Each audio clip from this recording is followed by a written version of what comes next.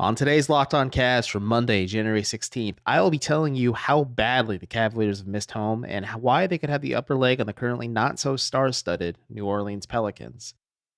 But before we get started, just a quick thank you from myself, Chris, and Jake for making Locked On Cavs your first listen every day.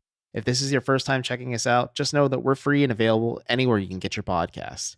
Also, today's episode is brought to you by PrizePicks. First-time users can receive a 100% instant deposit match up to $100 with promo code LOCKEDON. That's PrizePicks.com, promo code LOCKEDON. You are Locked On Cavs, your daily Cleveland Cavaliers podcast.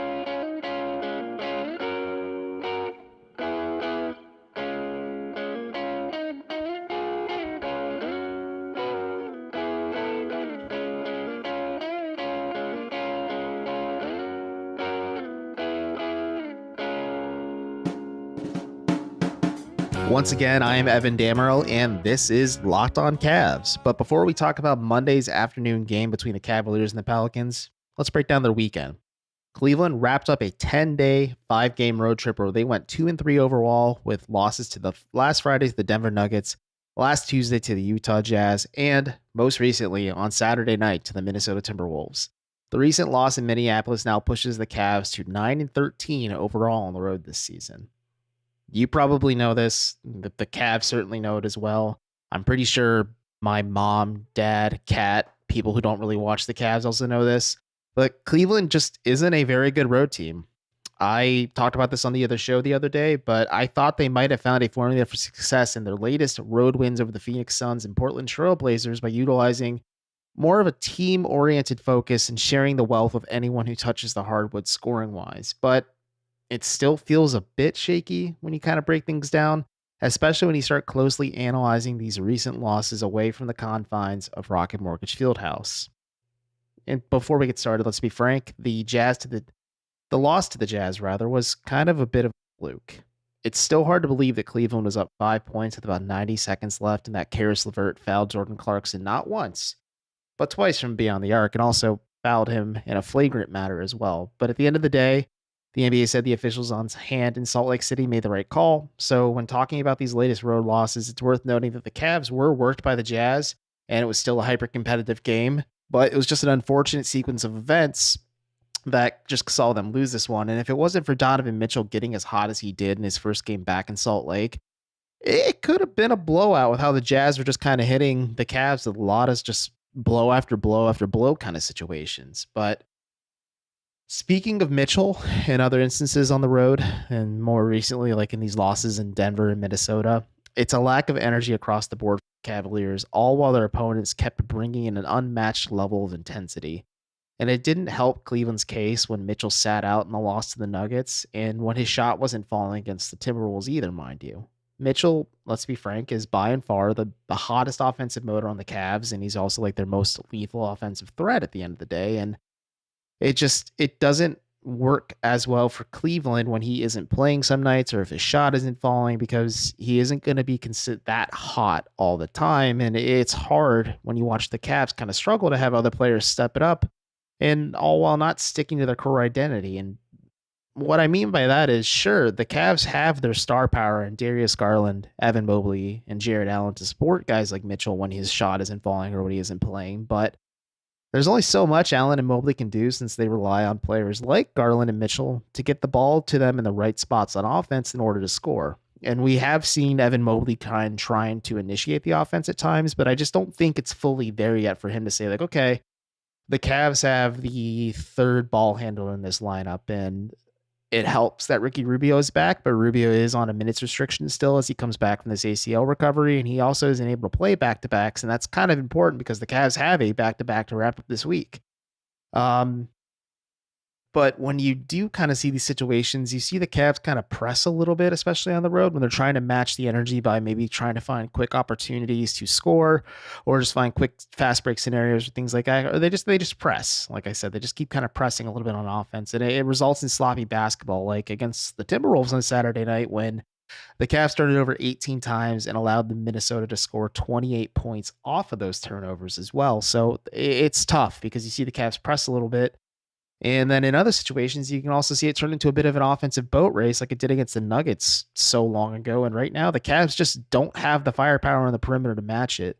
Kevin Love's been struggling mightily, and Karis LeVert and Isaac Okoro are just too streaky of shooters at this time. And sure, maybe having Ricky Rubio back just to initiate the offense and kind of act as that cerebral playmaker that the Cavs need, that third ball handler the Cavs kind of need, can get guys like Love or even LeVert or Okoro or shoot, even Jetty Osman as well. If Osman does get more than like 10 or 15 minutes a night, some easier 3-point opportunities just to kind of balance things out. And maybe when Dean Wade comes back when he's healthy, and as we mentioned on Friday's show, Wade suffered a bit of a setback by turning his ankle while he was recovering from his shoulder injury.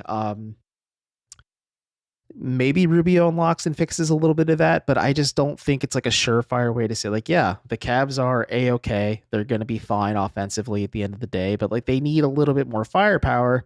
And that's when you have to put all the work on Donovan Mitchell's and Darius Garland's shoulders. And over an 82 game season, that's just not a recipe for success at the end of the day for the Cavs.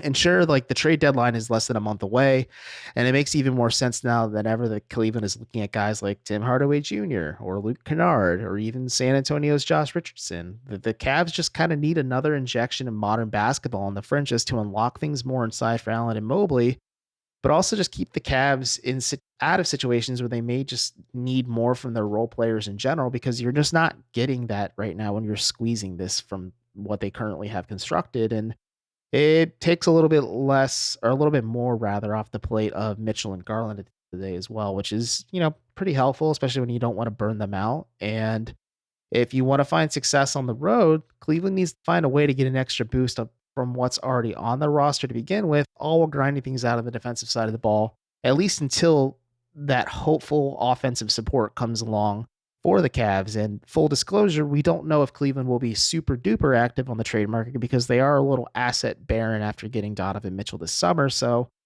they may not make a trade for the sake of making a trade, but they do need a clear injection offensively, especially in terms of 3-point scoring. And we'll talk more about why these road losses are starting to matter quite a bit for Cleveland, why going 0-3 against teams like Toronto really matters a lot too, why the Cavs care about this quite a bit.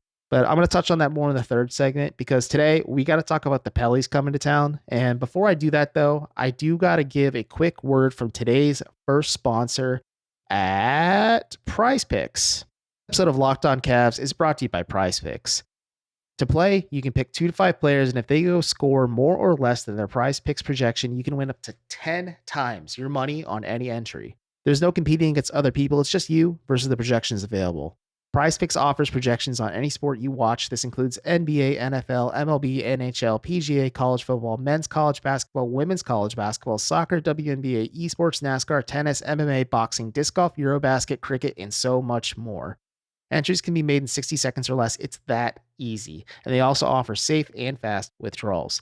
PrizePicks is currently operational over 30 states in the nation of Canada. And if you're interested, you can download the PrizePicks app or go to prizepicks.com to sign up and play daily fantasy sports. If you check them out, first-time users can receive a 100% instant deposit match up to $100 with promo code Locked On. If you deposit $100, PrizePicks will give you $100. If you deposit $50, PrizePicks will give you $50 dues. Don't forget to enter promo code Locked On at sign up for an instant deposit match of up to $100.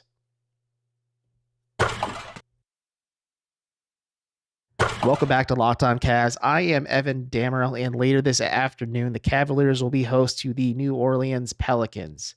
There's been no update on Cleveland's side of things injury-wise, but for the Pelicans, they're missing quite a bit of star power, with Zion Williamson dealing with a hamstring injury and Brandon Ingram missing time due to a toe injury. For the Cavs, we can speculate a little bit. There probably won't be any Dean Wade, who, as I mentioned in the first segment, suffered a setback in his recovery, and Dylan Windler, who has yet to play this season for this game. It's also worth keeping an eye on Evan Mobley's availability as well, after Mobley banged knees with Anthony Edwards on Saturday night in Minnesota against the Timberwolves. Mobley did miss the start of the second half due to that knee scare and eventually was able to play through it, and I believe led Cleveland in minutes for that game. For a Cavs team that just can't stay consistently healthy, losing Mobley could be a huge blow to them, especially on the defensive side of the ball. Thankfully, if you're the Cavs, as I mentioned, the Pelicans are a little banged up on the star side of things, but nevertheless, New Orleans is a team that should not be underestimated. Sure, the Pelicans are 2-3 in their last 5 games, but they're beating bad teams like the Wizards and the Pistons, all while losing games to good teams like the Nets, the Mavericks, and the Celtics. And in those losses, it was still somewhat close, with the margin of defeat being about an average of roughly 9 points per game. And that's because the main point of attack for New Orleans right now is Northeastern Ohio's own CJ McCollum, who is averaging 29.4 points per game over the last 5 games for the Pellies. And supporting McCollum in that scoring attack are Najee Marshall and Jonas Valanciunas, and they kind of form a pretty interesting trio for Cleveland to defend. McCollum will probably be hounded by Isaac Okoro for the better part of this game. Maybe you see some Lamar Stevens minutes as well. But Marshall will probably be matched with either Donovan Mitchell or Evan Mobley if Mobley can play. Maybe you see Lamar Stevens get a surprise start as well if Mobley's unable to start. That kind of mitigates Marshall, and also you don't have to overtax Mitchell as much on defense then. And then Valanciunas, meanwhile, is just like a flat out interesting matchup for the Cavs in general, just because, like, yeah, Evan Mobley's more comfortable defending in space. He's one of the best isolation defenders in the league, but it's going to be tricky if Jared Allen is defending Valanciunas, because the big Lithuanian can bang down low and can also let it fly from the perimeter. And if you have watched the Cavs at any point this season, especially against like a team like Chicago that features Nikola Vucevic, a 3-point shooting big man, or even Joel Embiid, a 3-point shooting big man of the 76ers, who we'll talk more about in a minute, but Allen sometimes struggles to defend in space, especially when it's a big man that can shoot, because he's much more comfortable defending slower, not super athletic wings like a DeMar DeRozan or a Luka Doncic, just for like tight situations, but not for the entirety of the game. And when you mentioned DeRozan, like, yeah, Allen had a good defense on him, but Nikola Vucevic was roasting him up to that point from the perimeter and kind of made a couple key shots down the stretch for the Bulls to make that game entertaining. And then we also saw what happened when Donovan Mitchell went absolutely nuclear as well. And let's not talk about that, though. Let's focus on this Pelicans game. This is an interesting trio to defend, like I said, but the Pelicans also aren't the best road team at the end of the day and have an overall road record of 9-12. Sure, it is one loss better than Cleveland on the road, but the Cavaliers are also one of the best home teams in the league and the best overall team at home in the Eastern Conference. So something has to give for the Cavs in this one. And I think a little home cooking is going to be really important for Cleveland after they had that frustrating road trip that we touched upon in the first segment with those losses to Utah, to Denver, and then most recently to Minnesota. And maybe it'll help jolt them back up the Eastern Conference standing as well, as they have tumbled a little bit from being one of the top teams in the East overall and are now sitting in 5th place, kind of in a bit dead heat with the 76ers, who I just said I talk about more. And for the last home court spot come playoff time. And every game matters at the end of the day, clearly. Like, that's what fans are kind of here for at the end of the day. But I'll talk more about that in the final segment for Locked On Cavs. But before we do that, we do not have an injury update still at this time. We'll probably know. Just follow me on Twitter at @amnotevan to check that out. But we will talk more about why these losses are starting to matter so much for Cleveland in the final segment. But I have to give you another word from today's other sponsor, Built Bar. If you're looking for a delicious treat and you don't want all the fat and calories, then you gotta try Built Bar. We just got through the holidays, and I know my goal is to eat a little healthier this year. I actually bought an echelon soon after Christmas to kind of get back into shape. I am getting married at the end of the year, so I want to look good, at least better than Chris, who's one of my groomsmen. And if you're like me, I wanted to eat healthier, and I just didn't want to compromise the taste because I have a very, very, very bad sweet tooth. And Built Bar is just the thing for you because you got to try Built. With Built, healthy is actually tasty. Seriously. They're so delicious you won't think they're good for you. They're perfect for that New Year's resolution or echelon enthusiast like myself. And you got to ask yourself, and I ask myself this all the time, what makes Built Bar so good? Well, for starters, they're covered in 100% real chocolate. That's right.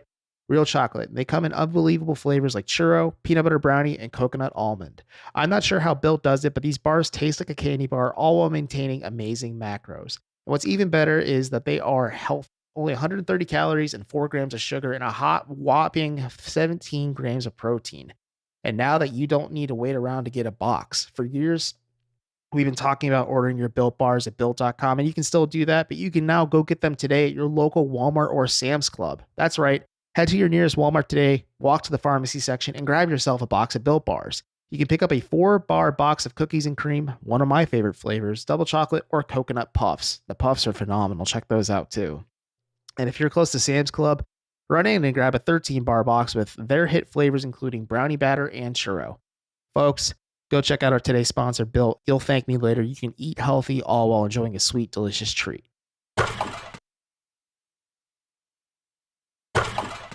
Welcome back, ladies and germs, to Locked On Cavs. I am, as always, Evan Dammarell, a local ne'er-do-well and co-host of this critically acclaimed, Oscar-nominated podcast. After going 2-3 in the road, the Cavs again are locked in with the Sixers for a battle between 4th and 5th place in the Eastern Conference. And I know a lot of people probably tell themselves that random losses to teams like the Jazz, or let's just say that the Toronto Raptors, who the Cavs are 0-3 against, don't matter. But for teams like Cleveland, they seem like they don't really care either about losing to the Raptors. It's just a loss at the end of the day and maybe a learning experience. But I hate to tell you this, but you're wrong.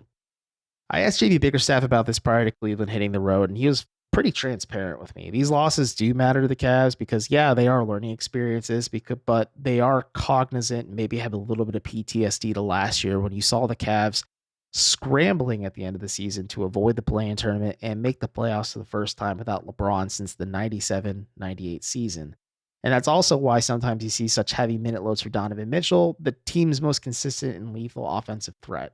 And it's also why you've seen certain lineups and wrinkles tested as well, since the Cavs are doing a tightrope walk between player development, figuring out lineups, winning, making the playoffs, all of it at once, and just try and be one of the best overall teams in the East, because advanced metrics do tend to say that the Cavs have the potential to be a contender, but they have a lot on their plate at the same time. And it's also why it matters the Cavs going 2-3 on their latest road trip and never having a winning road trip record-wise matters as well.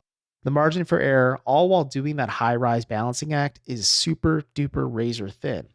And there will be a point when things kind of smooth out for the Cavs and they're able to play Ricky Rubio more. Dean Wade returns to the rotation. Some hopeful trade support comes in.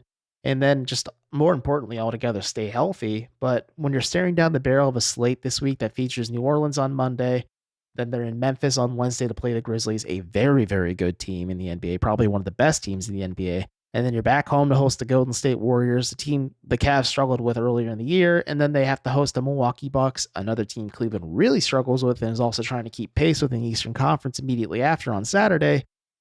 It's a pretty tough week standings-wise for the Cavs.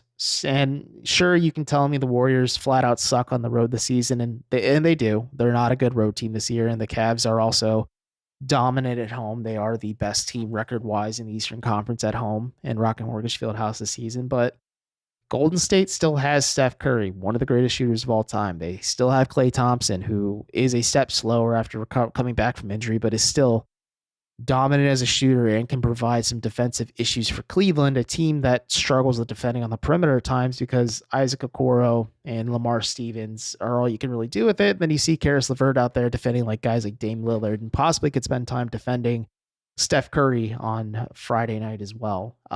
It's tough. And if you let Steph Curry get going, like I said, he's one of the greatest shooters of all time, and you let him start cooking, he could be riding a high of the champagne fumes in the visiting locker room, as he would mention it, but it's just even harder for the Cavs to kind of keep this awkward footing and this awkward pace where they're just doing the best they can with the talent they have assembled and just trying to find that balance in the NBA at the end of the day. And it's just becoming increasingly paramount that this like pseudo home stint that the Cavs have is going to be really important for just how they stand in the East at the end of the day, because they also have the Knicks, who are, I believe, a game and a half as of recording this, nipping at their heels as well. And considering the fact that the Cavs open up next week on Tuesday on the road in New York, that game could have some higher stakes added to it as well, which is something you don't really want to have to be dealing with in mid-January. But again, these losses and these wins matter to the Cavs. Clearly, like, they're going to go out and perform to the best of their ability every single night. But when you go 0-3 against a team like Toronto, or you struggle on the road in general, or you will drop two very frustrating losses to Milwaukee, or you can beat Boston at home, but you need to kind of handle that test of Boston in the Garden as well. Like, these are tricky games for Cleveland where sometimes it's just like insane things happen, like Karis LeVert and Donovan Mitchell each scoring 41 points to win a game. But you need to find that balance. You need to find a way to squeeze blood out of a stone on the perimeter, especially just from your role players at the end of the day. You have to find something that can work so the Cavs can be mindful of where they're at on the road. And the fans can be mindful, maybe not have to deal with that late season angst and anxiety, which becomes a mad dash to avoid that play-in tournament, because we talked about this on, I believe, last week's show, is either Thursday or Friday, but like I consider the play-in tournament, the Cavs making the play-in tournament, an abject failure of this season.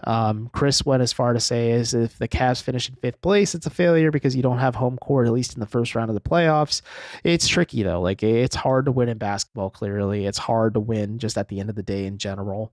And I think the Cavs are kind of learning that as they do that again, that tightrope balancing act of player development with some of your younger guys and winning now because you have Donovan Mitchell made a win now move like that, and figuring out how to maintain pace in the East when you try to keep up with teams like the Nets and the Bucks and the Celtics and now the Sixers as well. And then the Cavs are in 5th and you have New York nipping at your heels. Like it is super duper tight. And I think if Cleveland does make the play in, like, just saying if it's a possibility, I think they have a better shot than they did last season just because Donovan Mitchell is such a huge upgrade on what the Cavs had constructed this last season and then heading into this year. But you don't want to deal with that pressure and stress. I think obviously you want to get some support come trade deadline time, especially from 3-point range, because you don't really need as much ball handling with Karis LeVert now because you have Ricky Rubio back and you can balance it between Rubio, Mitchell, and Garland. And you just need that injection of 3-point shooting because you're never going to get it from enough of it from like Isaac Okoro and Karis LeVert and even Lamar Stevens. And we'll just have to see how this goes. You just have to be mindful of it because the Cavs are on the road more often than not for the second half of the season. And they have to be cognizant of the fact that, like, hey, we kind of suck on the road. And if we're not playing at home, like the Cavs could go 41-0 at home and like 10-31 on the road. And it doesn't matter if the Cavs are 51-31 at the end of the day, but if they suck on the road and it's in high pressure situations, like teams can hone in on that and maybe press the right buttons just to say like, okay, Cleveland does have flaws. They are a flawed roster, but I don't know. I just think the whole point of this segment is just like, the Cavs really need to capitalize and make the most of the fact they're playing 4 of their next 5 games at home. Yeah, no, 3 of their next 4 games at home. My apologies. Because you have the Pelicans on Monday. Again, that is a pretty winnable game if you're Cleveland. It's still going to be a tough ask at the end of the day.